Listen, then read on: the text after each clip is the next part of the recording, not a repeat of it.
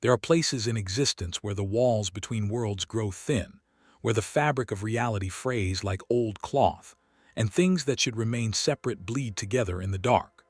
Kratos, the ghost of Sparta, had walked through realms of gods and monsters, had torn apart the very threads of fate itself. But he had never felt a pull quite like this, a wrenching, violent severance that ripped him from one world and cast him into another like a stone thrown into unknown waters. He awoke to silence.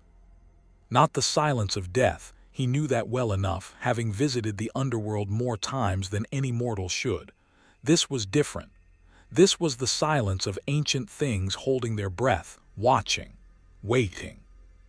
Kratos opened his eyes to a canopy of leaves so vast and intertwined they seemed to form a second sky.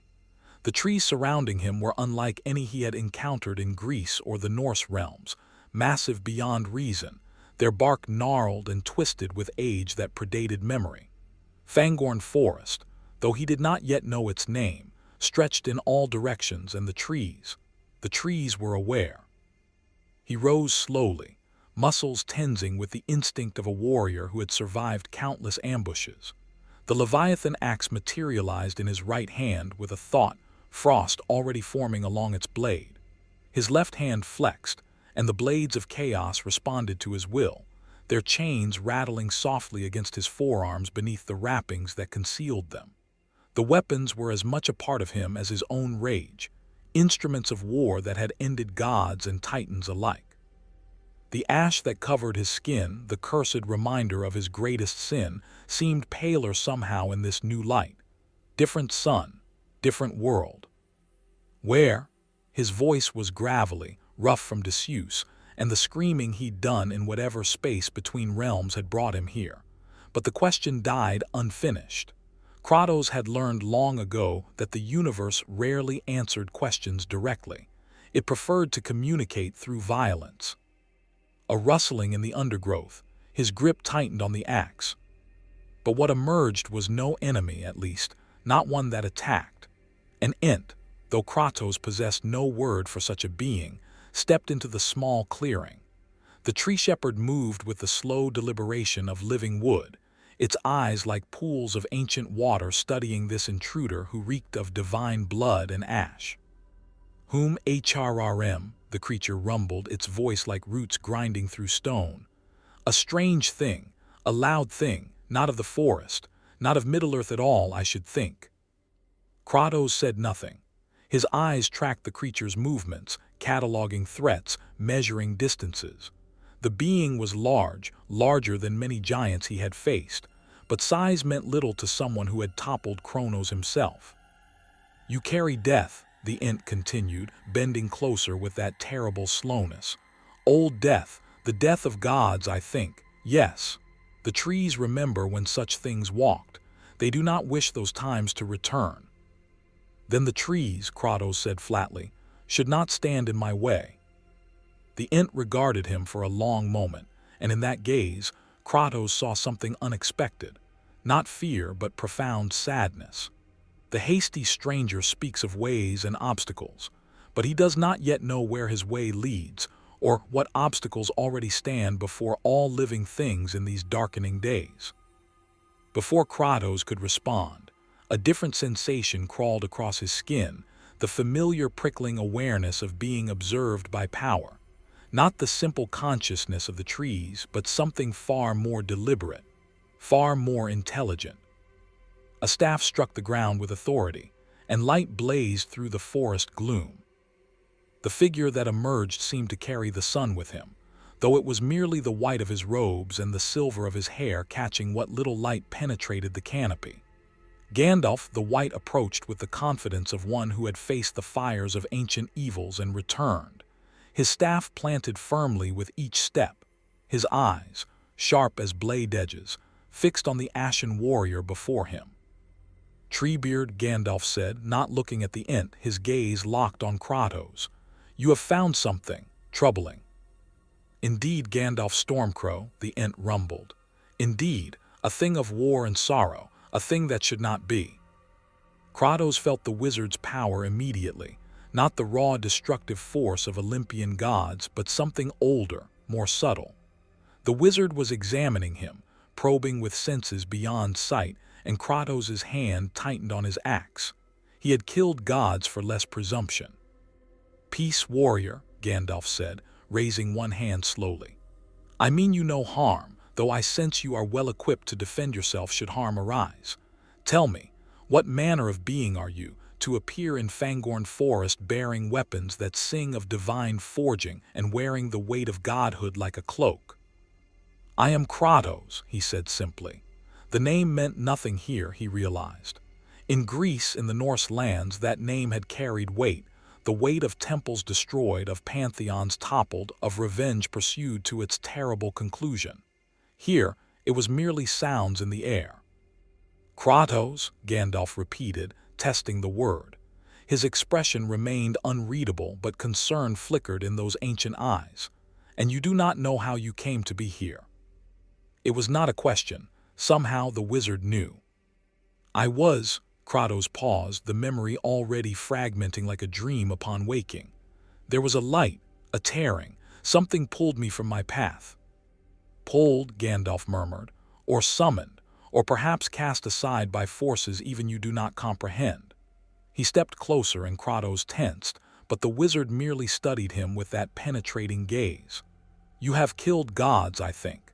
The evidence is written in your very being, the ash of burned divinity, the chains of servitude broken, the weight of deicide upon your shoulders." Kratos' jaw tightened. "The gods I knew deserved death." "Perhaps," Gandalf acknowledged. "But gods or no, you stand now in Middle-earth, and Middle-earth stands at the brink of darkness. War comes from the east, Kratos of the ashen skin. War such as has not been seen for an age in the world. And I find myself wondering whether your arrival is providence or calamity." The question hung in the air between them, unanswered and perhaps unanswerable. Behind Gandalf, Kratos could now see others emerging from the forest paths, riders on horseback, worn and battle-weary. Men of Rohan, their armor dented, their faces grim. They had the look of people who had seen their world burning and could do nothing to stop it. One rider, younger than the others but carrying himself with authority earned rather than inherited, urged his horse forward. Eomer, nephew of Theoden King, had the bearing of a warrior who knew his own worth. His eyes widened at the sight of Kratos, at the ashen skin, the barbaric weapons. The sheer presence of controlled violence that radiated from the stranger like heat from a forge. "Gandalf," Eomer said carefully, his hand resting on his sword hilt, "what is this?" "A question I have only begun to answer, Eomer son of Eamund," Gandalf replied. He turned back to Kratos, leaning on his staff. "Saruman has betrayed us. 10,000 Uruk-hai march even now toward Helm's Deep, where the people of Rohan will make their stand. Sauron himself stirs in the east, and his eye turns toward the small and the weak, seeking to crush all resistance beneath his shadow. You have arrived, Kratos, in a world at war, a war not of gods, but of free peoples against absolute." Kratos absorbed this information with the cold calculation of someone who had navigated the politics of pantheons. War, betrayal, darkness rising. The details differed, but the pattern was familiar. "Why tell me this?" he asked. Gandalf's expression softened slightly, and for a moment something like sympathy crossed his weathered features. "Because you are here, whether by chance or design, and because I sense in you a question yet unanswered, a purpose yet unfulfilled. You have ended the reign of corrupt gods, Kratos. Perhaps you might aid in preventing the rise of a corrupt god-in-waiting." The wizard gestured eastward, though no direction was visible through the dense forest. "In Mordor, Sauron seeks to reclaim his full power. If he succeeds, all Middle-earth will fall into eternal. No freedom, no hope, only dominion and despair, world without end." Kratos had heard such speeches before, calls to heroism, appeals to nobility. They had never moved him. He fought for reasons far more personal, far more primal. Revenge, protection of his own, the simple, brutal mathematics of survival. But something in this wizard's words resonated differently. Perhaps it was the bone-deep weariness in Gandalf's voice, the sound of someone who had borne burdens for centuries and knew the weight would never lessen. Or perhaps it was the memory of his own children, his own home, destroyed by the machinations of gods who cared nothing for those beneath them. "I did not come here to fight your wars," Kratos said. "No," Gandalf agreed. "You came here because something larger than either of us willed it so. But you are here nonetheless, Kratos. And the question you must answer is not whether you will fight, for I suspect you are a man who cannot help but fight, but rather, what will you fight for?" The Rohirrim watched this exchange with barely concealed alarm. To them, Kratos appeared as something from a nightmare, a warrior bearing divine weapons, speaking with Gandalf as an equal, radiating power that set their horses stamping nervously. Ymir cleared his throat. "Gandalf, we have little time. If this, stranger, means to aid us, we must ride for Helm's Deep with all haste. If he means harm, we should know now." Kratos met the young warrior's challenging gaze and saw something he recognized: the fierce protectiveness of someone defending his people against impossible odds. It was a mirror to his own past, before the gods had twisted that protection into catastrophe. "I will go to this Helm's Deep," Kratos said finally, not because Gandalf asked or because some higher purpose compelled him, but because in this strange new world information was survival. He needed to understand the shape of this conflict, the nature of these powers arrayed against each other. And if violence awaited, as violence always did, he would meet it as he always had, with the fury of a god-killer who had nothing left to lose. Gandalf nodded slowly, as if this was the answer he had expected. "Then ride with us, warrior. Ride and see what manner of darkness rises in this age, and perhaps in the crucible of battle you will discover why fate has brought you to our shores." As Treebeard retreated into the forest depths and the Rohirrim made space in their formation for this unexpected addition, Kratos felt the familiar weight of destiny settling on his shoulders once more. He had tried to escape it in the Norse lands, had sought only peace for himself and his son. But the universe, it seemed, was not finished with him yet. If you want to see more characters enter different universes, hit that subscribe button and drop the name of a character and the universe you'd want to see them in down in the comments below. Hope shines brightest in the darkest night. The company turned their horses eastward, toward a fortress called Helm's Deep, and a war that would test whether the strength of men could stand against the dark. And riding among them, silent and terrible, came a god-killer who had walked through the ruins of Olympus itself. Middle-earth would never be the same. The journey to Edoras took 2 days of hard riding, and Kratos endured it in characteristic silence. The Rohirrim gave him a wide berth, their unease palpable even as they tried to maintain the proud bearing of Rohan's finest. He had been offered a horse, a massive stallion that the riders claimed could bear even his considerable weight, but the beast had taken one look at him and reared in terror, its eyes rolling white. Kratos had simply begun walking, and the company had been forced to slow their pace to match his ground-eating stride. He did not tire. He did not complain.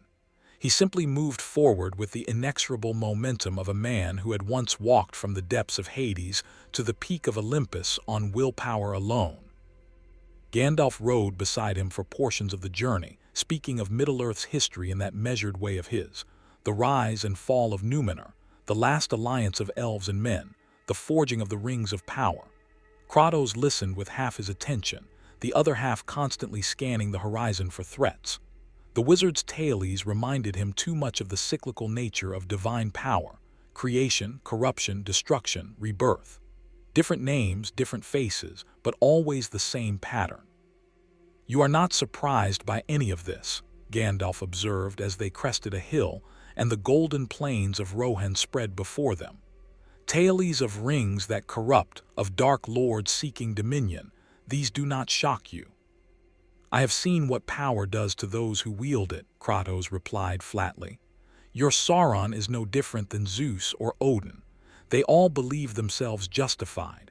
They all demand submission." "And yet," Gandalf said carefully, You yourself have wielded immense power. The divinity that once ran through your veins may be diminished, but it is not gone entirely. How do you resist what you claim is inevitable? Kratos' hand unconsciously touched his abdomen, where the blade of Olympus had once run him through, where his godhood had bled out onto the rocks of a ruined Athens. I chose mortality. I chose to be less than what I was. Did you? The wizard's eyes gleamed with something that might have been approval or challenge. Or did you merely trade one form of power for another? You still carry the weapons of the gods. You still possess strength beyond mortal men. You have not abandoned power, Kratos. You have simply learned to fear it.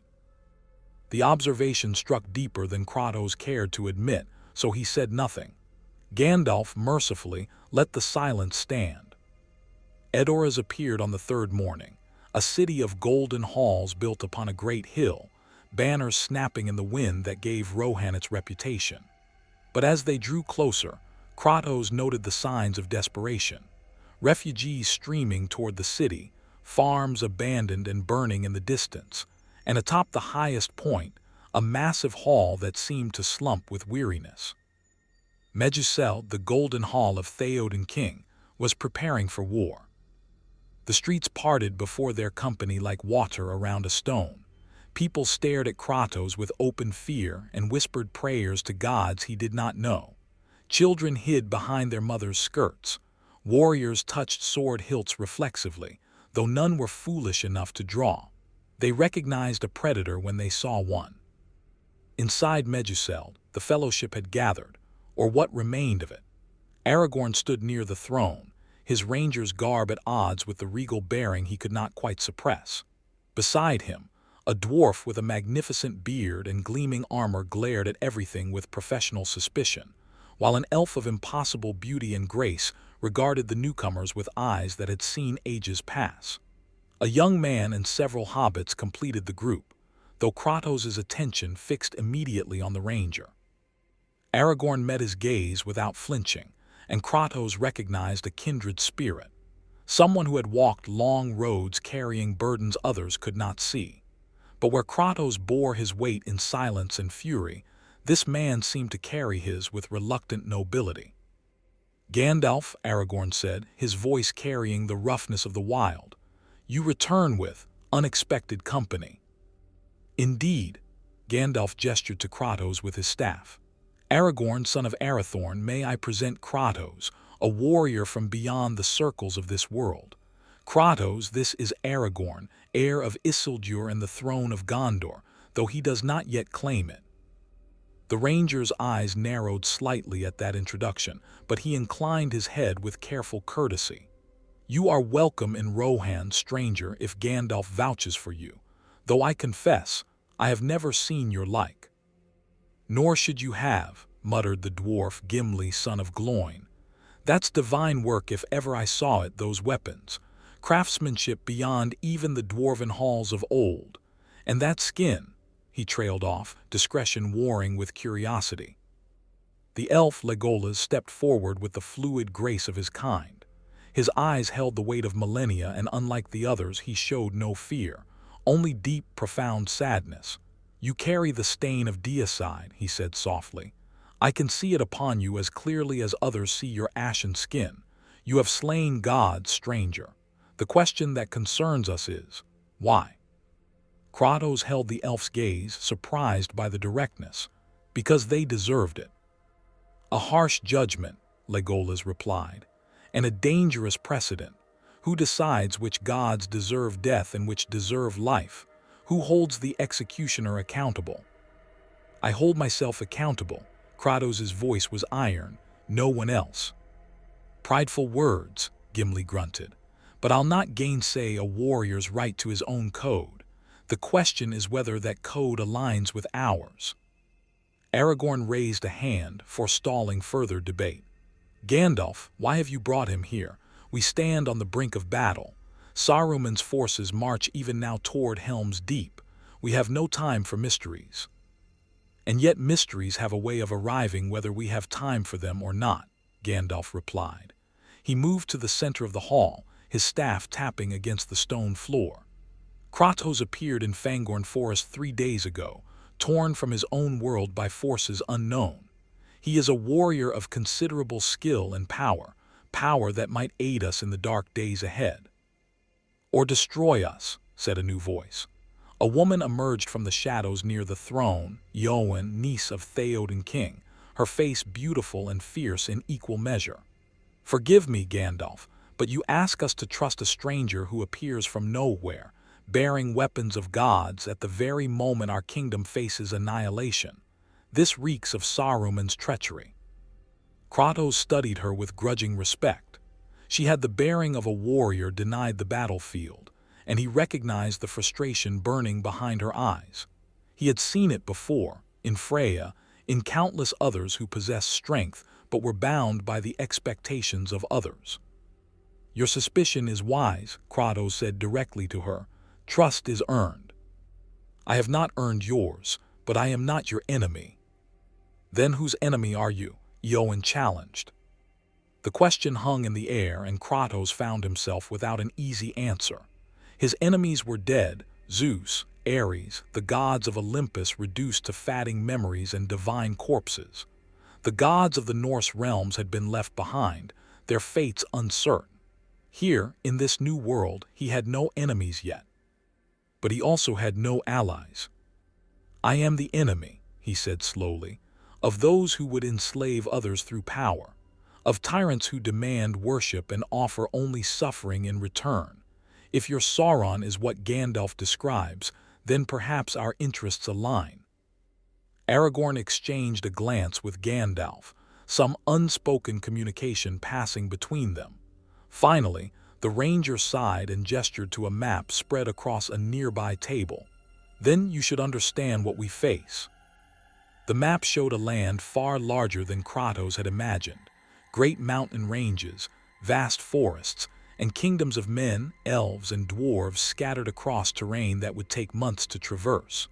And in the east, marked with dark symbols, lay Mordor, a realm of shadow and fire from which armies poured forth like poison from a wound. Saruman the White has fallen to darkness, Aragorn explained, his finger tracing lines on the map. He was once the greatest of wizards, leader of the White Council, but pride and fear corrupted him, and now he serves Sauron, or believes he does. From Isengard he has bred an army of Uruk-hai, warriors who know no fear, who serve only destruction. 10,000 strong, they march toward Helm's Deep, where Theoden King will gather his people for a final stand. How many defenders? Kratos asked. Perhaps 300 fighting men, Gimli said grimly, plus the old and the young who can hold a blade, against 10,000. Kratos had faced worse odds. He had stormed the gates of Olympus virtually alone. But these were not gods or monsters. These were mortal men defending their homes. And 10,000 enemies, no matter how mortal, could overwhelm even the strongest defense through sheer numbers. It is a desperate gambit, Gandalf admitted. But Theoden has no choice. His people are scattered across the plains, vulnerable.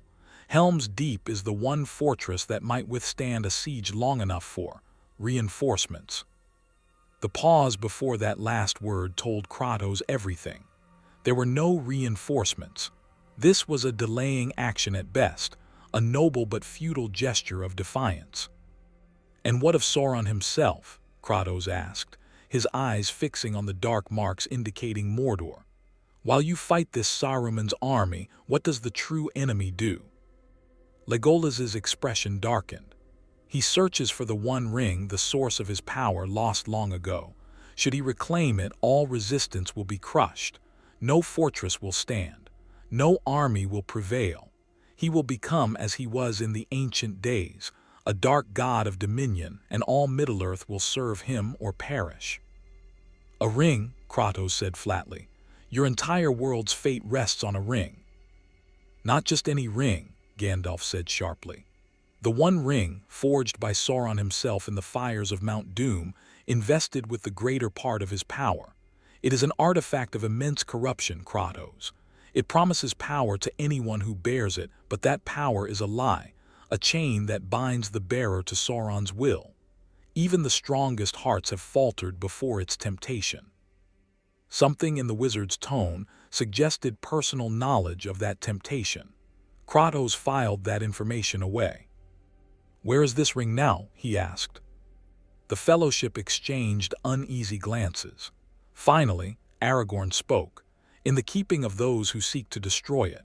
A small company travels even now toward Mordor to cast the ring into the fires where it was made. It is a slim hope, but the only hope we have." "You send warriors to destroy a weapon," Kratos' brow furrowed. In his experience, power was kept wielded and turned against enemies. Destroying it seemed wasteful. "We send those with the courage to resist its corruption," Gandalf corrected. "The ring cannot be wielded against Sauron. He is its master, and anyone who tries to use it will become his slave. No, Kratos, this weapon must be unmade. It is the only way." Kratos absorbed this, his mind turning over the implications. A weapon too dangerous to wield. A power too corrupt to contain. It reminded him of Pandora's box, of the evils released upon the world in his pursuit of vengeance. Sometimes, he had learned far too late, some powers were better left alone.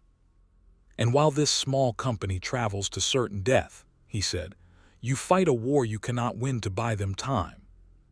"Yes," Aragorn said simply, "that is exactly what we do." There was no shame in his voice, no hesitation, just a grim acceptance of an impossible task undertaken because it was necessary. Kratos had spent so long fighting for personal reasons, revenge and protection of his own, that he had almost forgotten what it meant to fight for something larger. These people knew they would likely die. They fought anyway. It was either the noblest thing he had ever witnessed, or the most foolish. Perhaps both. Before he could respond, a commotion arose at the hall's entrance. A rider, mud-splattered and exhausted, stumbled in and fell to one knee before Theoden's throne. The king, an old man who seemed to have aged a decade in recent weeks, leaned forward. "Speak," Theoden commanded. "My lord," the rider gasped. "The Uruk-hai, they march faster than anticipated. They will reach Helm's Deep by tomorrow night, perhaps sooner." A ripple of alarm passed through the hall. Aragorn's jaw tightened. Gandalf closed his eyes briefly, as if calculating odds that refused to improve. "Then we ride at first light," Theoden declared, his voice stronger than his frame suggested. "Every able warrior, every soul who can bear arms, we make for Helm's Deep with all haste. If we are to die, we die defending our people. We die free." The hall erupted in grim determination, men and women preparing for a battle they knew they could not win. And in the midst of the chaos, Kratos felt a familiar sensation, the tightening in his chest that preceded violence, the anticipatory surge of rage waiting to be unleashed. Yoan approached him as the hall cleared, her eyes searching his face. "You have fought in hopeless battles before," she said. "It was not a question." "Yes." "And survived them." "Yes." She nodded slowly. "Then perhaps Gandalf is right. Perhaps your arrival is providence after all. The gods know we need a miracle." "I am no miracle," Kratos said harshly. "I am a weapon, nothing more." "A weapon can save lives," Yoan replied, "in the right hands, or doom them in the wrong ones. The question is, whose hands do you serve?" She walked away before he could answer, leaving him alone in the emptying hall. The question echoed in his mind, joining all the other questions that had haunted him since that terrible day in Athens when he had destroyed everything he loved. Whose hands did he serve? His own, certainly, but to what end? Aragorn returned, carrying a whetstone and a cloth. Without speaking, he sat on a nearby bench and began sharpening his sword with practiced motions. After a moment, Kratos sat across from him, the Leviathan axe appearing in his hands. He did not need to sharpen it. His weapon was beyond such mortal maintenance, but the ritual was familiar, comforting. "You think we will lose?" Kratos said. "I think," Aragorn replied carefully, "that victory takes many forms. If we hold long enough for the ring-bearer to reach Mount Doom, then we win, even in death. If we inspire hope in the hearts of men, even in defeat, then we win. If we prove that darkness can be resisted, that tyrants can be defied, then we win. Hollow victories, Kratos muttered. Perhaps, Aragorn met his eyes, but they are the only victories available to us. You have faced gods, Kratos. You have fought battles of cosmic significance, but have you ever fought simply because it was right? Because someone needed to stand, even knowing they would fall? The question cut deeper than any blade. Kratos thought of all his battles, every fight undertaken for revenge, for survival, for the protection of those he called his own. Noble enough reasons, perhaps, but had he ever fought purely for an ideal, for people he did not know, would never know? No, he admitted quietly. Aragorn nodded, unsurprised. Then tomorrow you will have that chance. The people of Rohan do not know you. They owe you nothing. You owe them nothing. But they will die defending their homes, and any blade raised in their defense is a blade raised for something greater than oneself. He stood, sheathing his newly sharpened sword. Think on it, Kratos, and when the dawn comes, decide what kind of warrior you wish to be in this world, the god-killer or something more. Kratos sat alone in Meduseld as night fell over Edoras, the Leviathan axe cold in his hands, and wondered if redemption was even possible for one who had committed deicide. The ghosts of Olympus whispered their doubts, but for the first time in longer than he could remember, he wanted to prove them wrong. Tomorrow would bring war, and perhaps in the crucible of that violence, he would discover whether the Ghost of Sparta could become something other than a weapon of vengeance. Outside, the people of Rohan prepared to ride toward their doom, and Kratos prepared to ride with them. The fortress of Helm's Deep rose from the stone of the White Mountains like a fist raised in defiance. Kratos had seen many fortifications in his long existence, the walls of Troy, the gates of Olympus, the mountain fortresses of Midgard, but this place held a different character. It was not built for conquest or divine hubris. It was built by desperate people who understood that sometimes survival meant standing in one place and refusing to yield. The deeping wall stretched across the narrow gorge, 30 feet of solid stone topped with battlements where archers could rain death on any approaching force.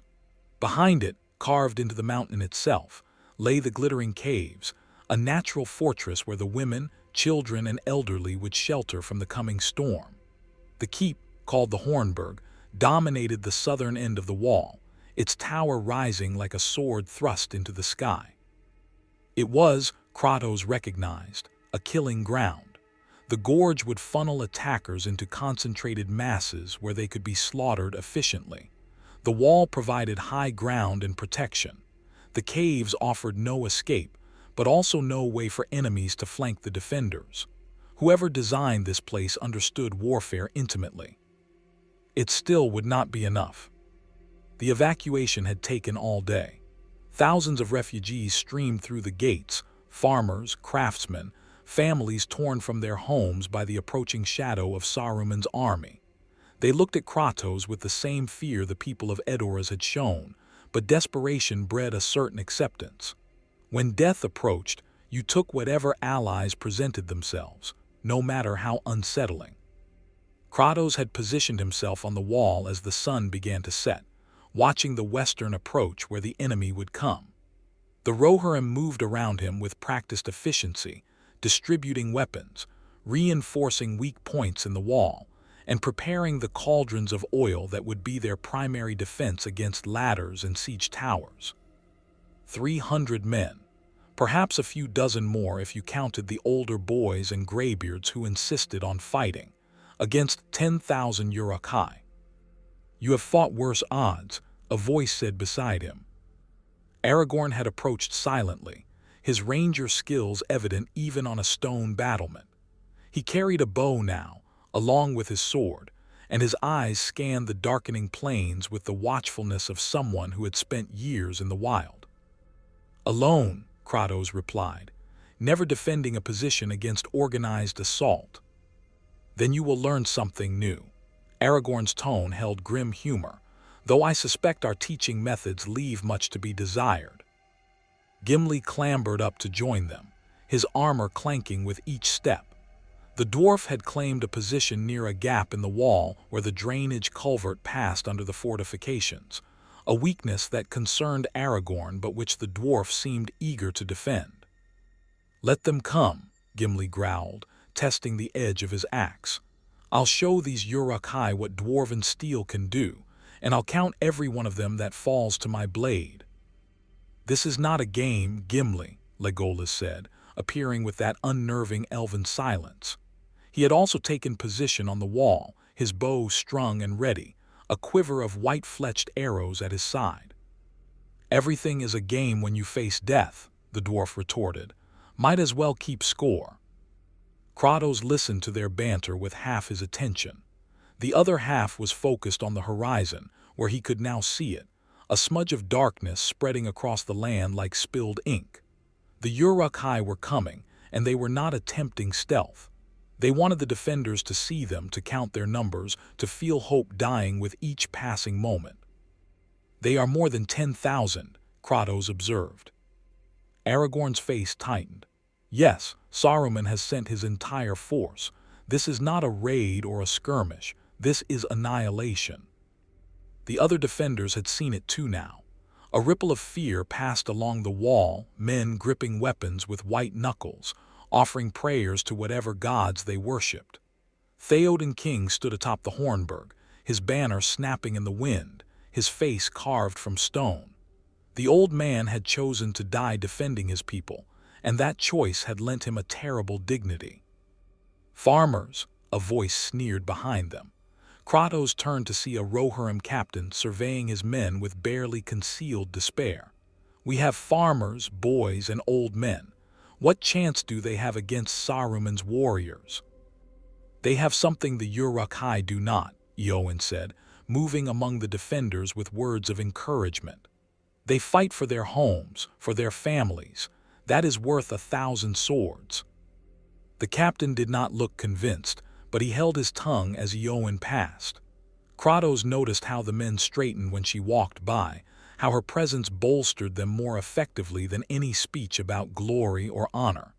She was what they fought for, the future, the hope that their children might live free. It reminded him painfully of Lysandra, of Calliope, of everything he had failed to protect. The Uruk-hai reached the base of the wall as full darkness fell.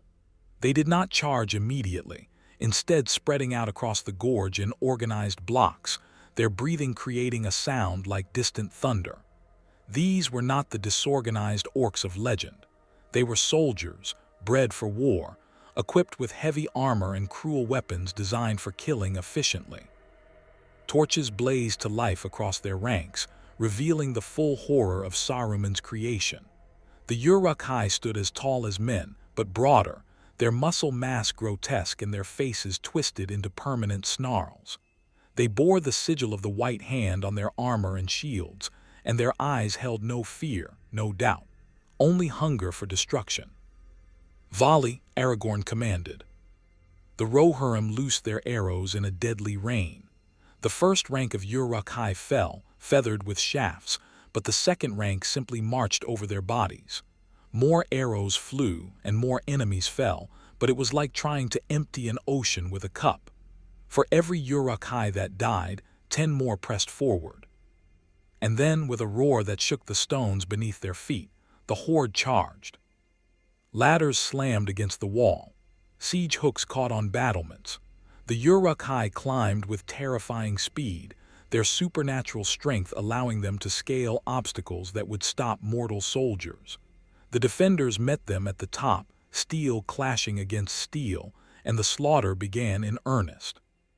Kratos watched as a young Rohirrim soldier, barely old enough to grow a beard, stabbed downward at a Uruk-hai climbing toward him.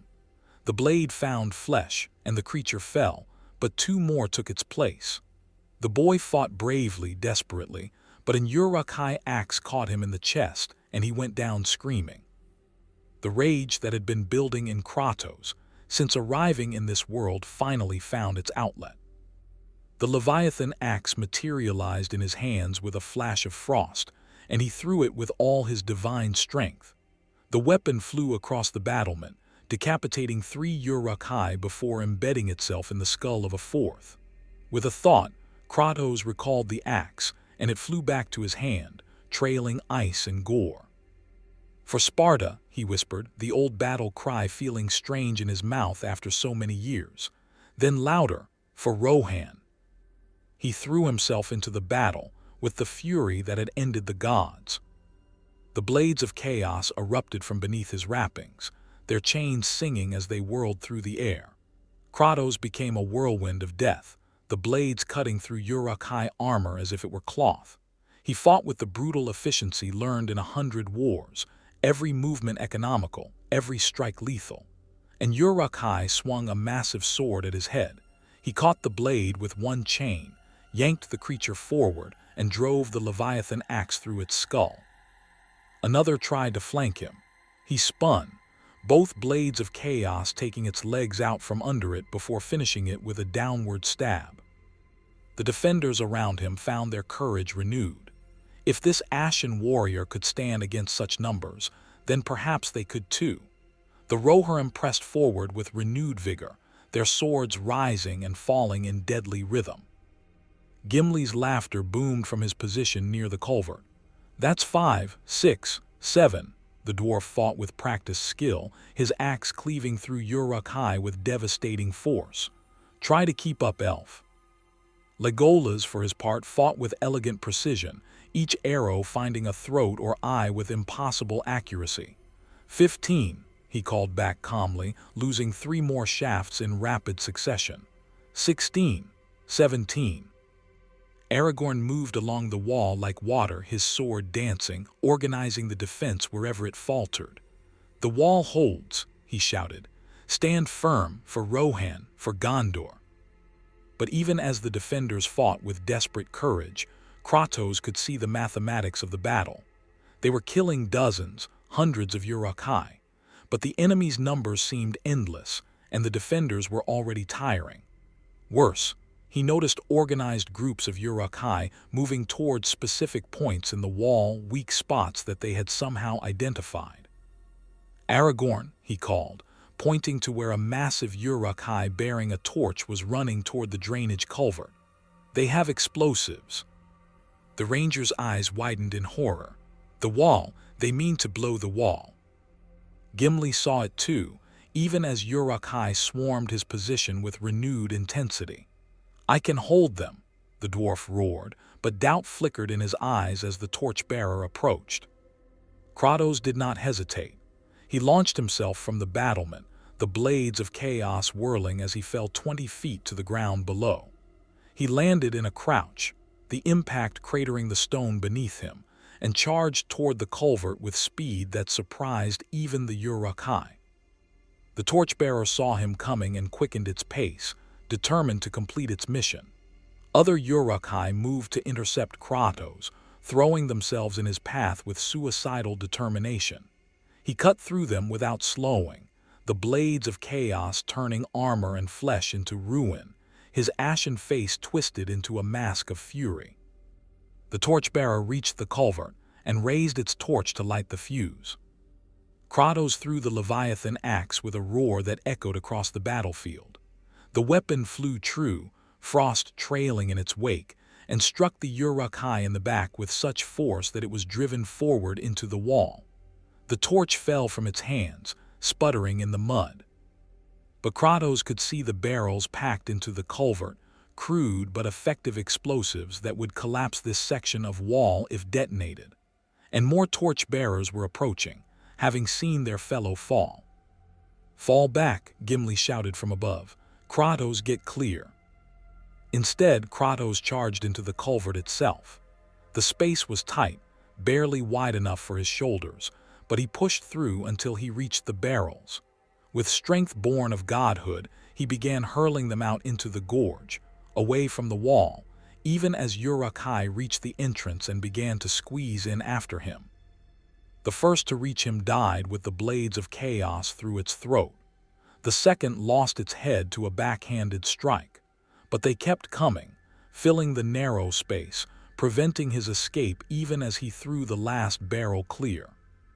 A torchbearer appeared at the entrance, its mission clear: light the remaining explosives and collapse the culvert with Kratos inside. Time seemed to slow. Kratos saw the torch descending toward a powder trail he had not noticed, saw the Uruk-hai's triumph in its eyes, saw the walls of the culvert that would become his tomb, and felt nothing but cold rage. The Spartan rage erupted from him like a physical force. His skin began to glow with divine fire, his eyes blazing red, and the temperature in the culvert spiked as power he had long suppressed came roaring back. He seized the torchbearer with one hand, lifted it as if it weighed nothing, and threw it back through the crush of Uruk-hai with such force that it knocked down a dozen more behind it.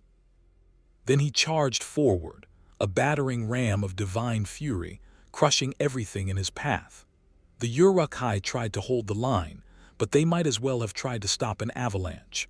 Kratos burst from the culvert in a spray of broken bodies and shattered armor, the Spartan rage burning through him like wildfire. The battlefield seemed to pause, both sides staring at this figure wreathed in divine fire, and in that moment Kratos understood why the gods had been feared. This was power beyond mortal comprehension, beyond reason or mercy. This was the wrath that had toppled Olympus. But this time, he directed it toward a worthy target. Kratos tore through the Uruk-hai ranks like a storm god made flesh. The blades of chaos became extensions of his will, cutting down enemies in droves. The Leviathan axe sang its song of ice and death, freezing Uruk-hai mid-stride and shattering them with follow-up strikes. He fought with the accumulated skill of centuries, every technique learned in a lifetime of war unleashed in one devastating display. The Uruk-hai began to falter. They had known no fear before, but they knew it now. Some actually turned to flee, only to be cut down by their own commanders. The organized assault became chaos as the horde's center collapsed under Kratos' onslaught. From the wall, the defenders watched in awe and terror. This was their ally, yes, but it was also a reminder of powers beyond their understanding, powers that could save or destroy with equal ease. Theoden King stood atop the Hornburg and felt something he had not felt in weeks: hope. Not because victory was assured but because he saw that even in darkness, light could strike back. That even against impossible odds, defiance had meaning. "Ride out," he roared, his voice carrying across the battlefield. "Ride out and meet them." It was madness, suicidal, exactly the kind of desperate gamble that defined heroism in its purest form. The gates of the Hornburg burst open, and the riders of Rohan thundered forth, Theoden at their head, his sword raised high. They crashed into the disorganized Uruk-hai ranks like a hammer, driving deep into the enemy formation, and the tide of battle shifted. Aragorn joined the charge, his ranger's blade drinking deep of enemy blood. Gimli leaped from the wall into a group of Uruk-hai, his axe whirling. Legolas provided cover fire, his arrows unerring even in the chaos. And at the center of it all, the Ghost of Sparta fought with the fury of someone who had finally found a battle worth fighting. The Spartan rage began to fade, its power exhausted, but Kratos did not need it anymore. He fought on with cold precision, protecting the riders around him, cutting down any Uruk-hai that threatened to overwhelm the charge. He had become what Aragorn suggested, something more than a weapon of vengeance. For these few hours, he was a shield for those who could not protect themselves. Dawn broke over the eastern mountains, and with it came something unexpected: the thunder of hooves from the opposite direction. Gandalf had returned, and with him rode Eomer and 2,000 fresh Rohirrim, the reinforcements that had seemed like a fantasy. The Uruk-hai, caught between two forces and broken by Kratos' rampage, shattered completely. Those who could fled into the forest of Huorns that had mysteriously appeared overnight. Those who remained fought to the last, but it was a losing battle. By the time the sun fully rose, the gorge was littered with enemy dead, and Helm's Deep still stood. Kratos stood alone in the center of the carnage, his ashen skin splattered with black blood, the Leviathan axe hanging loosely in his hand. Around him, the Rohirrim cheered their impossible victory, embracing comrades they thought would die, weeping for those who had. Aragorn approached slowly, respectfully. "You saved us," he said simply. "Without you, the wall would have fallen. We would have died to the last man, woman, and child." "I did what needed to be done," Kratos replied, his voice hoarse from battle cries. "No," Gandalf said, appearing beside Aragorn, his white robe somehow still pristine. "You did more than that. You gave them hope, Kratos. You reminded them that darkness can be fought, that tyrants can be resisted. That is a gift beyond price." Kratos looked at the wizard, at the ranger, at the celebrating soldiers around him, and felt something he had not felt since before Athens burned: purpose beyond revenge. These people did not worship him. They did not fear him as a god. They simply thanked him as one warrior to another. It was enough. But even as the celebration continued, Kratos' eyes turned eastward toward where Gandalf said Mordor lay, toward where Sauron waited, seeking his ring. The battle was won, but the war continued. And the Ghost of Sparta had learned something in the blood and fury of Helm's Deep, that fighting for others, for those you did not know and would never know, carried a weight different than fighting for revenge. It felt almost like redemption. The dead were still being counted when Gandalf summoned the War Council. The victory at Helm's Deep had cost less than the catastrophe it might have been, but everybody laid out in the courtyard represented a family shattered, a future erased. Kratos had seen enough battlefields to know that victory and tragedy were often indistinguishable. They gathered in the great hall of the Hornburg: Theoden, Aragorn, Gandalf, Legolas, Gimli, Eomer, and Kratos.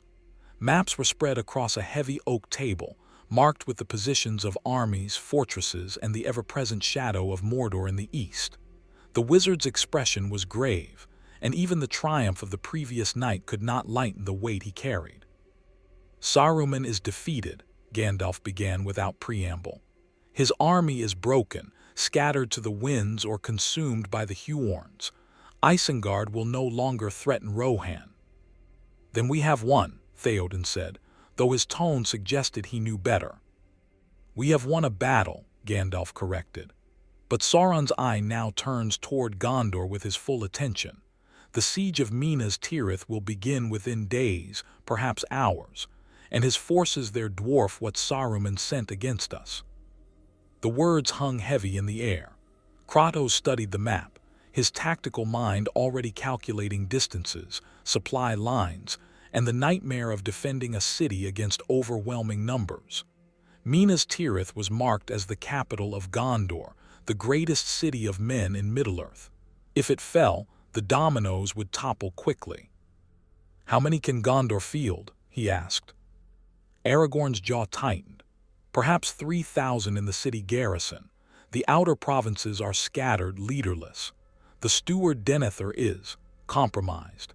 He has looked into one of Sauron's Palantiri, the Seeing Stones, and what he saw has driven him toward madness and despair." "Then he is already defeated," Kratos said flatly. "Fear is a weapon sharper than any blade." "Yes," Gandalf agreed quietly. "Which is why we must ride to Minas Tirith with all haste. Theoden, your Rohirrim are needed. The ancient alliance between Rohan and Gondor must be honored, or we all fall separately." The old king nodded slowly. "We will come, though my riders are weary and the road to Gondor is long." "There is more," Gandalf said, his eyes finding Kratos. "The Palantir that Denethor possesses is not the only one Sauron controls.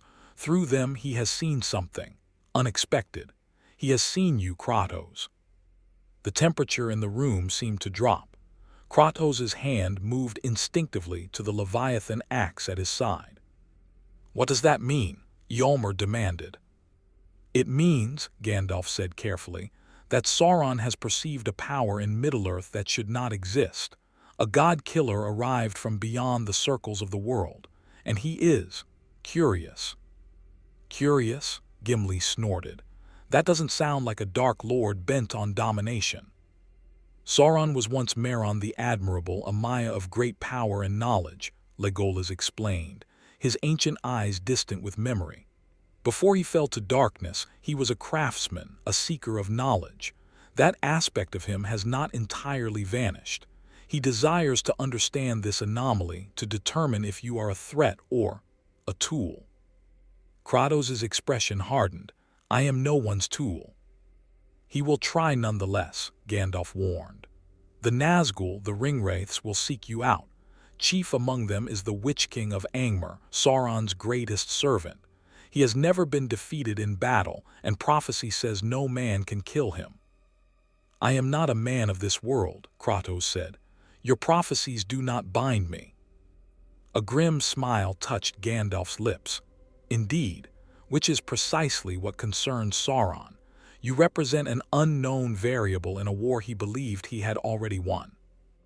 Aragorn leaned forward, his hands flat on the table. Then we use that. If Sauron is focused on Kratos, he may make mistakes, divide his attention. The ring-bearer may have more time to reach Mount Doom. Or, Yomer countered, Sauron sends everything he has to eliminate the threat, and we face an even worse onslaught. Either way, Theoden said heavily, we ride for Gondor. We make our stand at Minas Tirith. If we fall, at least we fall fighting for something greater than ourselves. The council dispersed to make preparations, but Gandalf caught Kratos' arm as he moved to leave. Walk with me, the wizard said. It was not a request. They climbed to the top of the Hornburg's tower, where the wind whipped cold and clean, carrying away the stench of death from the valley below. From this height, Kratos could see the forest that had appeared overnight, the Huorns Gandalf called them, ancient trees awakened to anger. In the distance, smoke still rose from Isengard. You fought well, Gandalf said, better than I dared hope. You hoped I would fight at all, Kratos replied. You were not certain. No, the wizard admitted. I was not. You are a difficult man to predict, Kratos. You claim to serve no one, to care for nothing beyond your own survival and the protection of those you deem worthy, and yet you threw yourself into battle for people you had just met. Why? Kratos was silent for a long moment, watching the distant mountains. I have spent my existence fighting for myself, for revenge, for the deaths of my family. I have toppled gods and kingdoms in pursuit of vengeance, and it gained me nothing but more emptiness. He turned to face Gandalf directly. These people at Helm's Deep, they knew they would die. They fought anyway, not for glory, not for power, simply because it was right. I wanted. He trailed off, struggling with words for something he barely understood himself. You wanted to know what that felt like, Gandalf finished softly. To fight for something beyond yourself, to be part of something larger than your own pain. Yes, Kratos admitted, and the word felt like a confession. Gandalf nodded, unsurprised. Then you should know what truly lies ahead. The siege of Minas Tirith will make Helm's Deep look like a skirmish. Sauron will send hundreds of thousands of orcs, trolls, and the Nazgul themselves. The city will burn and many will die. You could walk away now. Return to searching for a way back to your own world. No one would blame you. Would you, Kratos asked, walk away? The wizard's eyes held ancient sorrow. I cannot. This is my world, my responsibility. I was sent here to guide the peoples of Middle-earth against this darkness. To walk away would be to abandon my purpose. Then we are the same, Kratos said. I came here by accident, yes, but I am here, and I will not abandon a fight I have begun. Even knowing it may be hopeless. Especially then, a ghost of something that might have been a smile touched Kratos' scarred face. Hope is what separates warriors from monsters. I learned that from my son. Gandalf studied him for a long moment, then nodded with satisfaction. Then there is something you should see. Come. The wizard led him down from the tower and out beyond the fortress walls, to where the Huorn forest had taken root. The ancient trees parted before Gandalf with evident respect, creating a path that led to a clearing. And there, Standing alone in shafts of sunlight that seemed to penetrate specifically for this purpose, stood a figure that made Kratos' breath catch. It was an elf, but not like Legolas. This was something older, more refined, carrying the weight of ages with impossible grace. Her hair was dark as midnight, her eyes holding the light of stars long since faded from the sky. She wore silver and white, and merely being in her presence made the air feel cleaner, purer. "Lady Galadriel," Gandalf said with profound respect, bowing his head. The elf regarded Kratos with eyes that saw far more than physical form. He felt her gaze penetrate to his core, examining the totality of what he was, the god-killer, the father, the monster, the man. It was deeply uncomfortable, like being stripped bare before the universe itself. "So," Galadriel said, her voice like water over stone, ancient and eternal, "the Valor sent us a weapon forged in another world's darkness. Tell me, Kratos of Sparta, do you bring salvation or damnation?" "I bring neither," Kratos replied, meeting her gaze despite the discomfort. "I bring only myself." "And what is yourself?" She moved closer, her presence overwhelming despite her physical delicacy. "A killer of gods, a breaker of oaths, a father who failed his children and drowned his grief in oceans of blood. But also," her expression softened slightly, "a man seeking redemption he believes impossible, a warrior learning that strength without purpose is merely destruction." "You see much," Kratos said carefully.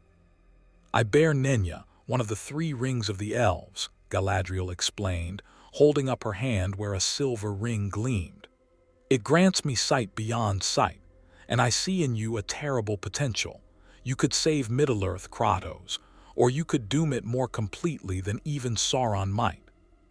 "How?" Galadriel gestured, and the air between them shimmered. Images formed, Kratos standing before the Black Gate of Mordor, the Leviathan axe raised high. Kratos fighting the Witch King, divine power against dark sorcery. Kratos standing in the fires of Mount Doom itself, and the image shifted, became darker. Kratos is wearing a crown of shadow. Kratos, with eyes burning with the same malevolence as Sauron. Kratos standing atop a mountain of corpses, the one ring on his finger, Middle-earth bowing before a new dark lord who had learned nothing from his past. "No," Kratos said harshly, turning away from the vision. "I will not become that, never again." "The ring corrupts all who bear it," Galadriel warned. "Even you. Especially you, perhaps. Your desire for power to protect, to prevent further loss, the ring would twist that, use it. It would promise you the strength to ensure no one you love ever suffers again. And that promise would be a lie that destroys you and all you seek to protect." She stepped closer and her hand rested lightly on his arm. The touch was cool, grounding. "If you face Sauron, if you enter Mordor, you will be tested beyond anything you have endured. The temptation will not be obvious. It will come disguised as righteousness, as necessity, and you must refuse it no matter the cost." "I have refused godhood before," Kratos said. "This is different," Gandalf interjected. "When you gave up your divinity, you had nothing left to lose. Here, you have found something worth fighting for. That makes you vulnerable in ways you have not been in centuries." Kratos wanted to deny it, but he could not.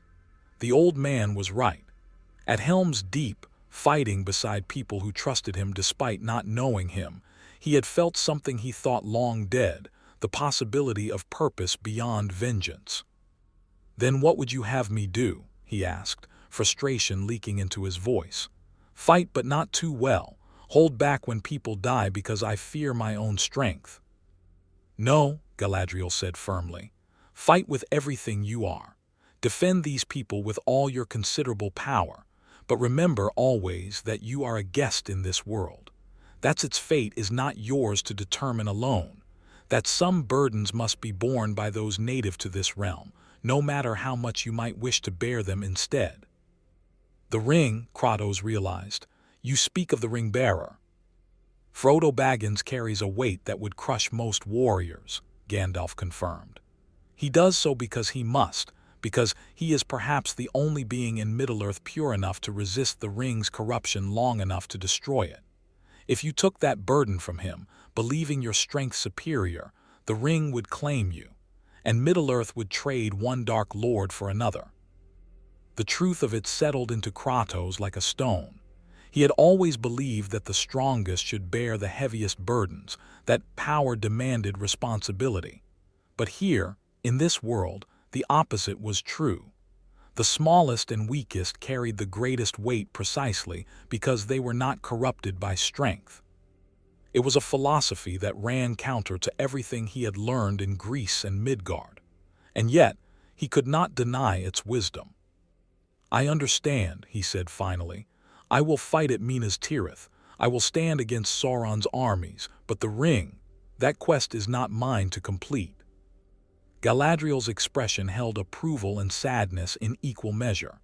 "That is the first true wisdom you have spoken since arriving in Middle-earth, Kratos.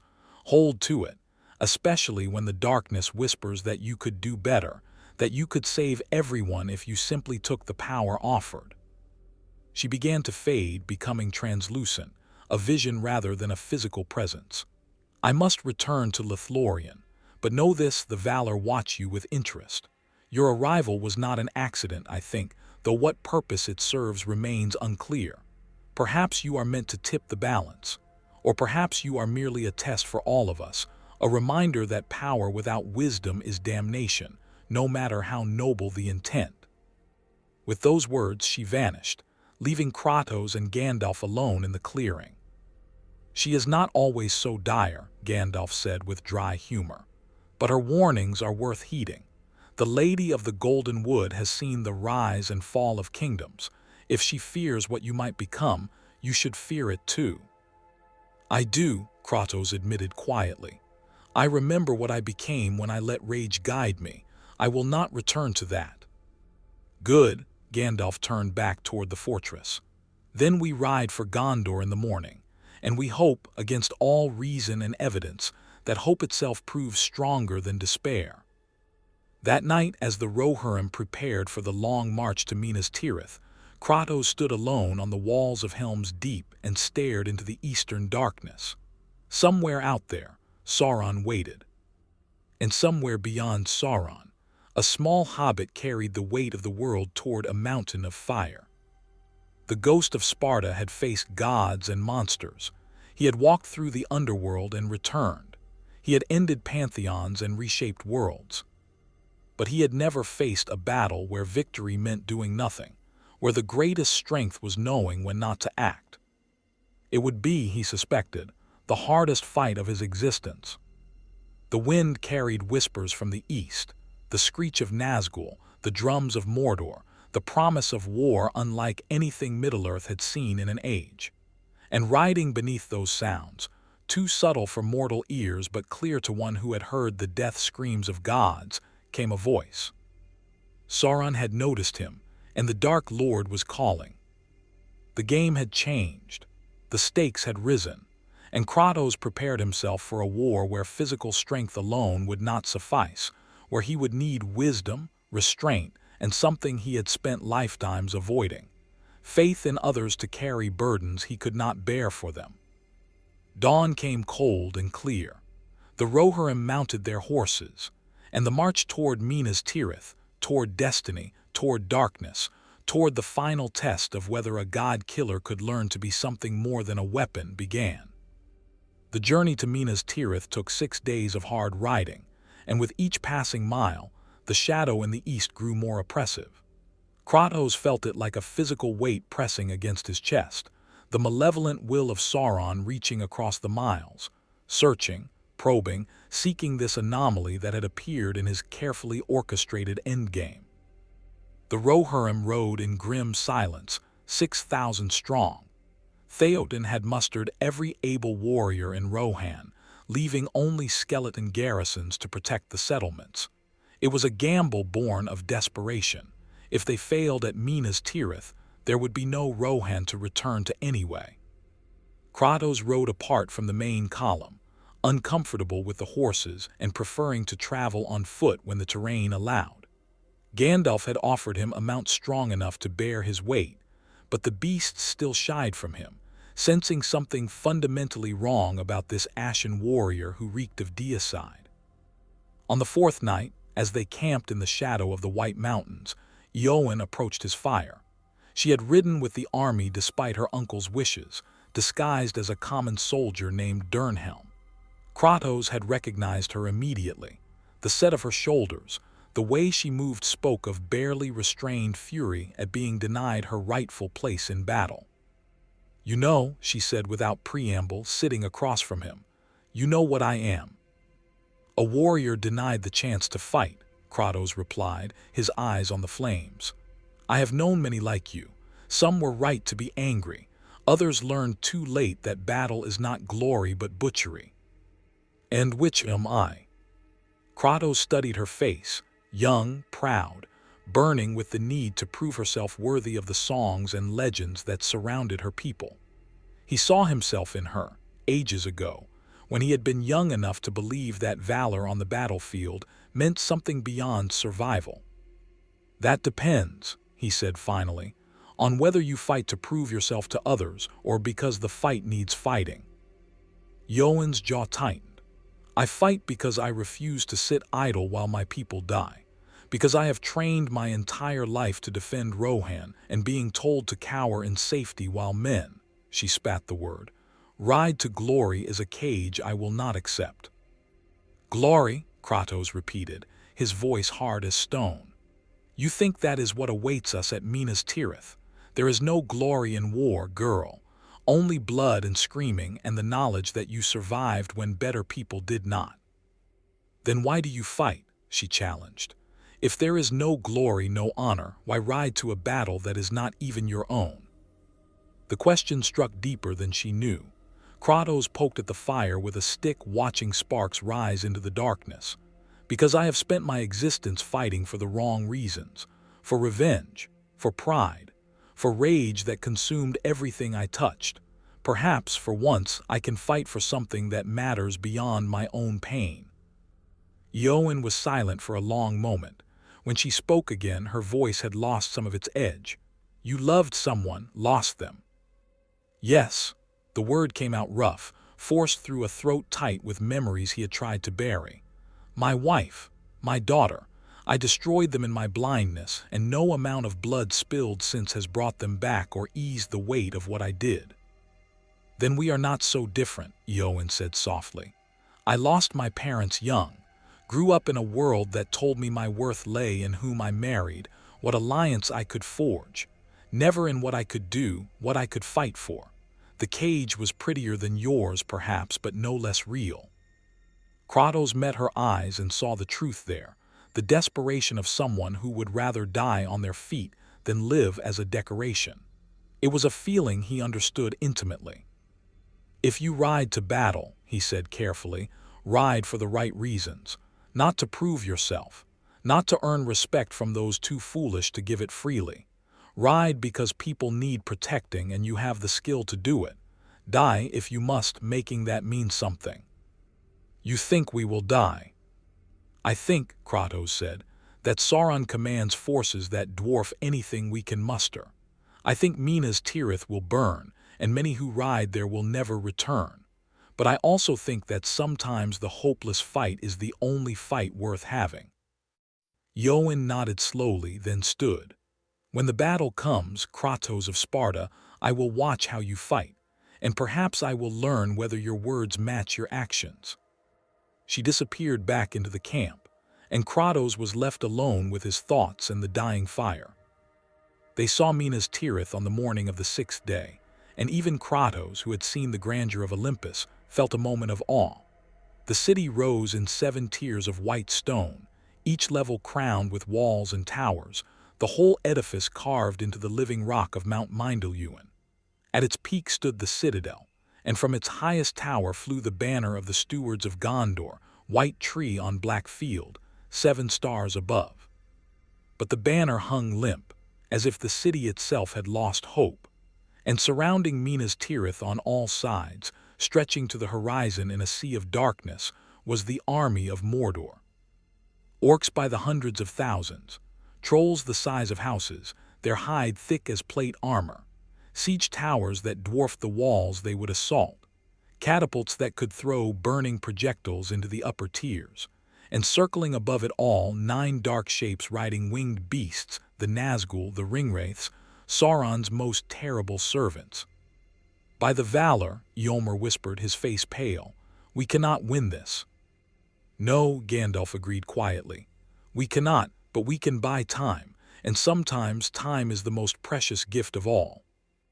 The Rohirrim made camp on the Pelennor fields, just out of range of Mordor's siege weapons. Theoden called his captains to council, and Kratos joined them, his presence now accepted if not entirely trusted. "We charge at first light," Theoden declared, his old face set with grim determination. "Surprise is our only advantage. We strike hard, break through to the city, and relieve the siege."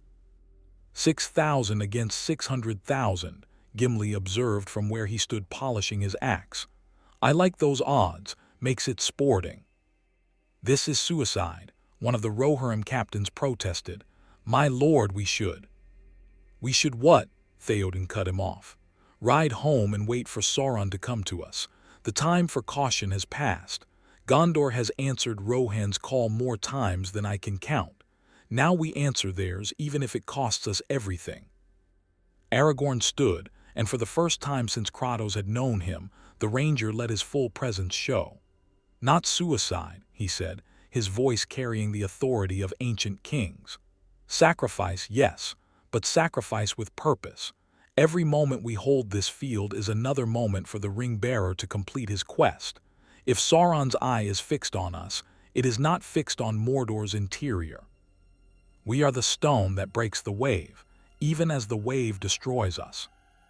The words hung in the air, and Kratos felt the shift in the room. These men knew they would die. They rode anyway, not because they were fools, but because they understood that some things mattered more than survival. Gandalf approached Kratos as the council dispersed. "The Witch King will seek you out," the wizard said quietly. "He commands Sauron's forces, and he will recognize you as the greatest threat on this field. When he comes, and he will come, you must be ready." "I have killed beings that claimed immortality before," Kratos replied. "What makes this wraith different?" "He is sustained by the power of the ring he bears, one of the 9 given to mortal men, which corrupted them and bound them to Sauron's will. He cannot be killed by mortal weapons, and his very presence induces terror that breaks the minds of lesser warriors. Even you may find his power challenging." "Good," Kratos said flatly. "I have grown bored with easy fights." Gandalf's expression was troubled. "Kratos, this is not." "I know what this is," Kratos interrupted, his eyes finding the wizard's. "A last stand, a desperate gamble, a pyre on which we all burn in the hope that somewhere, somehow, a small creature succeeds where armies cannot. I understand, and I will play my part." The wizard studied him for a long moment, then nodded. "Then may whatever gods you believe in watch over you, my friend.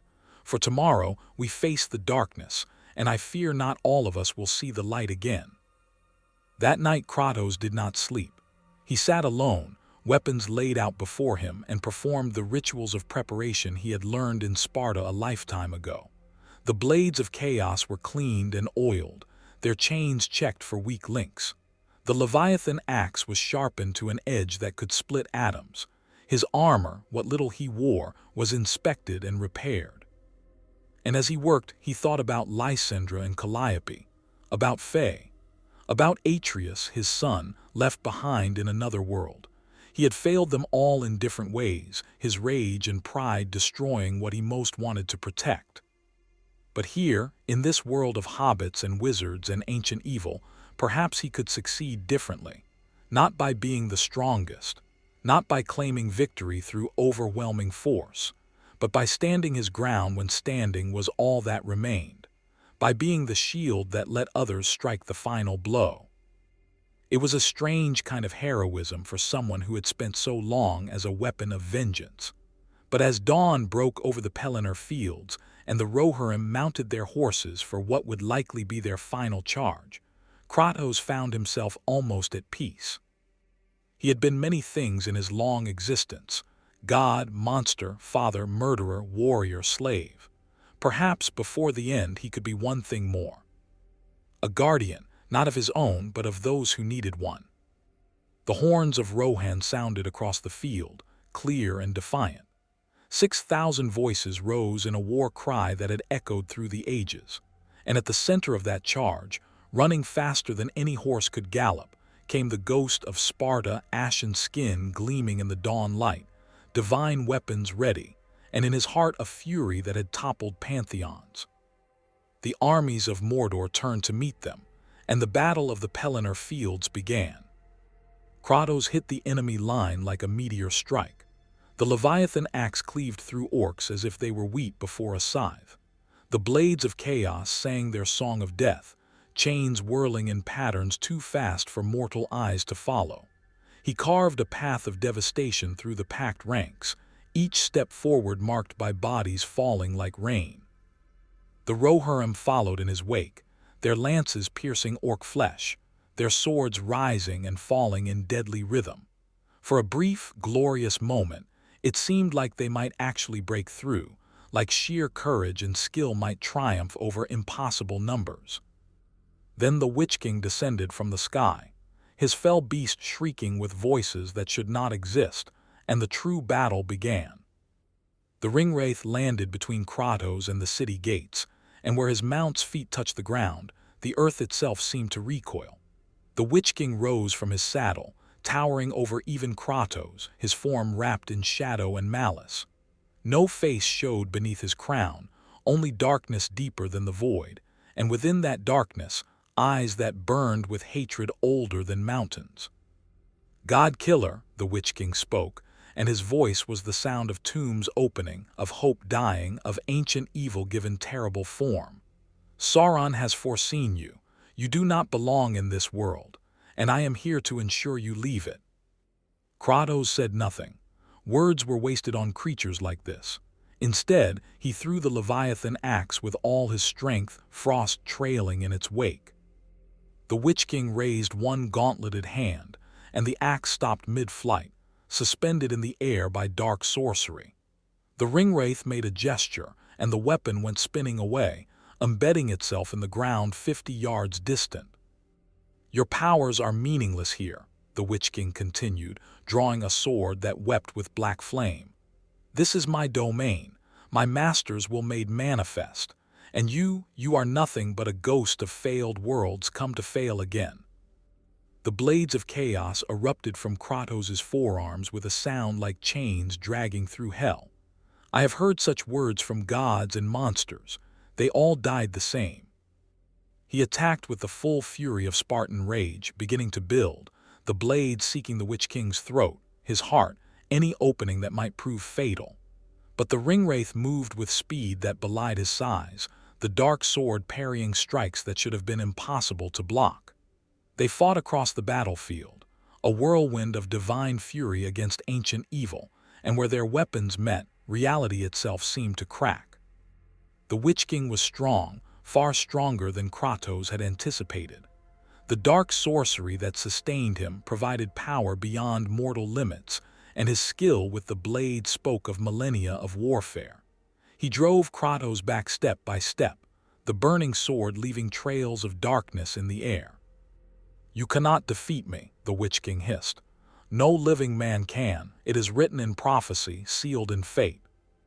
Kratos felt the Spartan rage building to critical mass, felt the divine power he had tried to suppress surging through his veins like lava. The Witch King sensed it too, and for the first time, something like uncertainty entered his burning gaze. "I am no man," Kratos snarled, and the rage exploded outward. The world turned red. Power that had ended the Greek pantheon flooded through him, transforming him into something beyond mortal, beyond even the demigod he had been. This was the fury that had killed Zeus himself, refined and focused into a weapon of pure destruction. Kratos became a storm of violence. The blades of chaos moved faster than sight, each strike carrying enough force to shatter mountains. The Witch King fought back desperately, his dark magic summoning shields of shadow, his sword weaving patterns of defense that had never been breached. It was not enough. Kratos caught the dark blade between his chains, yanked it from the Witch King's grasp, and drove his fist into the Ringwraith's chest with strength that cracked the ancient armor beneath. The Witch King staggered, and Kratos pressed the attack, both blades finding purchase in shadowy flesh that should not have been vulnerable to mortal weapons. But these were not mortal weapons. These were chains forged in the depths of Tartarus, tempered in the blood of gods, wielded by someone who had ended immortals and shattered destiny itself.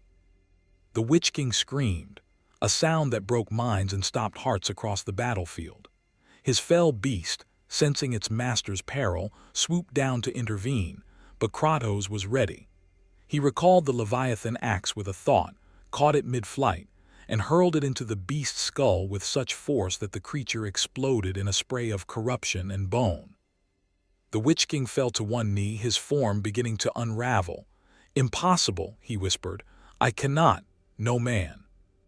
"I told you," Kratos said, the Spartan rage fading but his eyes still burning with divine fire. "I am no man of your world. I am Kratos. I am the Ghost of Sparta.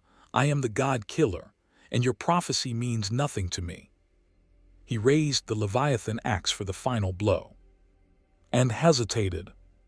Galadriel's warning echoed in his mind. "You are a guest in this world. Its fate is not yours to determine alone." If he destroyed the Witch King here, Sauron's greatest servant would be gone. But it would also prove to the Dark Lord that Kratos was a threat that demanded an immediate, overwhelming response. It would draw every eye to this battlefield, every dark power to this moment. And somewhere in Mordor, a hobbit climbed toward Mount Doom, carrying the One Ring. The mathematics of war had always been simple for Kratos: eliminate the greatest threats first. But this war was different. This war required him to think beyond the immediate battle, to see the larger pattern. Sometimes he realized with terrible clarity, the right choice was not to win. Kratos lowered his axe. "Live," he told the broken Witch King. "Return to your master. Tell him that the god-killer could have ended you but chose mercy. Let him wonder why. Let him question what I intend." The Witch King stared up at him with those burning eyes, and for the first time in millennia, the ancient evil knew confusion. "Why?" "Because," Kratos said quietly, "I have learned that some victories are not mine to claim." He turned his back on the Ringwraith, a gesture of contempt and calculation both, and walked toward where the Rohirrim still fought desperately against the orc horde. Behind him, the Witch King struggled to his feet and fled, his shadowy form dissipating into mist. The battle raged for hours more. Kratos fought with controlled fury, protecting the Rohirrim where he could, cutting paths through the enemy for others to exploit. He saw Yoan, still disguised as Durnhelm, fighting with desperate courage, saw her position nearly overrun, and carved a way to her side just in time to prevent her death. "You saved me," she gasped, blood streaming from a cut on her forehead. "As you would have saved another," Kratos replied. "Now get back to the line. This is not over." The tide seemed to turn when Aragorn arrived with the army of the dead, spectral warriors bound by ancient oath, and the orcs began to break. But Kratos knew the truth. This was just one battle in a war that would be decided elsewhere. As the sun set over a field littered with the dead and dying, as Minas Tirith stood battered but unbroken, Kratos climbed to the highest point of the Pelennor and looked east toward Mordor. Somewhere in that darkness, Sauron raged at the setback, at the Witch King's failure, at this impossible variable that had appeared in his perfect calculations. And somewhere beyond Sauron's sight, in the heart of Mount Doom, a hobbit named Frodo Baggins stood at the edge of a precipice, the One Ring heavy on his hand, and prepared to make a choice that would determine the fate of all Middle-earth. Kratos had done what he could. He had bought time. He had sown doubt. He had proven that even Sauron's greatest servants could be challenged. Now he could only wait, and hoped that the smallest and weakest would prove stronger than the greatest and most terrible. It was the hardest thing the god-killer had ever done. The War of the Ring ended not with the clash of armies, but with the destruction of a simple gold band in the fires where it was forged. Kratos felt it, the moment the One Ring was unmade, like a weight lifted from all of Middle-earth. Sauron's scream echoed across the continent, his power unraveling, his empire crumbling to dust. Minas Tirith erupted in celebration. The Rohirrim wept and sang. Gandalf smiled for the first time since Kratos had met him, and the Ghost of Sparta stood apart, watching the joy of others, and felt something close to contentment. He had not claimed the victory. He had not been the hero of prophecy. He had simply stood his ground when it mattered, fought when necessary, and most importantly, recognized when not to fight. In the days that followed, as Middle-earth began to heal, Kratos prepared to leave. The portal that had brought him here would open again. He could feel it calling, pulling him back toward his own world, toward Atreus and the responsibilities he had left behind.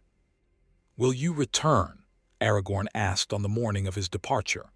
The ranger, now king of the reunited kingdom, stood beside him on the walls of Minas Tirith. "To my own world, yes," Kratos replied. "To yours, I think not. This was not my quest. I was merely passing through." "You were more than that," Gandalf said, appearing with that uncanny timing. "You were a reminder, Kratos. A reminder that even in our darkest moments, help can come from the most unexpected places. That strength takes many forms, and the greatest strength is sometimes knowing when to step aside." Kratos nodded slowly. "I learned as much as I taught." The portal opened behind him, a tear in reality, shimmering with possibility. Through it, he could see the familiar forests of Midgard, could hear Atreus calling his name. "Go home, Ghost of Sparta," Gandalf said softly. "Return to your son. You have earned your rest." Kratos stepped toward the portal, then paused. He looked back at the wizard, at the king, at this world that had taught him that redemption came not through grand gestures or overwhelming force, but through small choices made in crucial moments. "Hope," he said quietly, "shines brightest in the darkest night." Then he stepped through the portal, and Middle-earth knew him no more. But his legend endured, the tale of the Ashen warrior who fought beside kings and hobbits, who challenged the Witch King and showed mercy, who learned that true strength meant knowing when to be weak. In Rohan, they sang songs about him. In Gondor, they told stories. And in the quiet places where legends were born, they whispered that should darkness rise again, should tyranny threaten the free peoples, the god-killer might return. But that was a story for another age. For now, Kratos had found what he sought, not victory but purpose, not glory but meaning, not the end of his journey but perhaps a path toward becoming more than the sum of his failures. The Ghost of Sparta had walked through Middle-earth and left it changed. But Middle-earth had changed him in return, teaching this ancient warrior that even gods could learn, even killers could protect, and even the damned could find a measure of peace. Hope shines brightest in the darkest night. More stories await.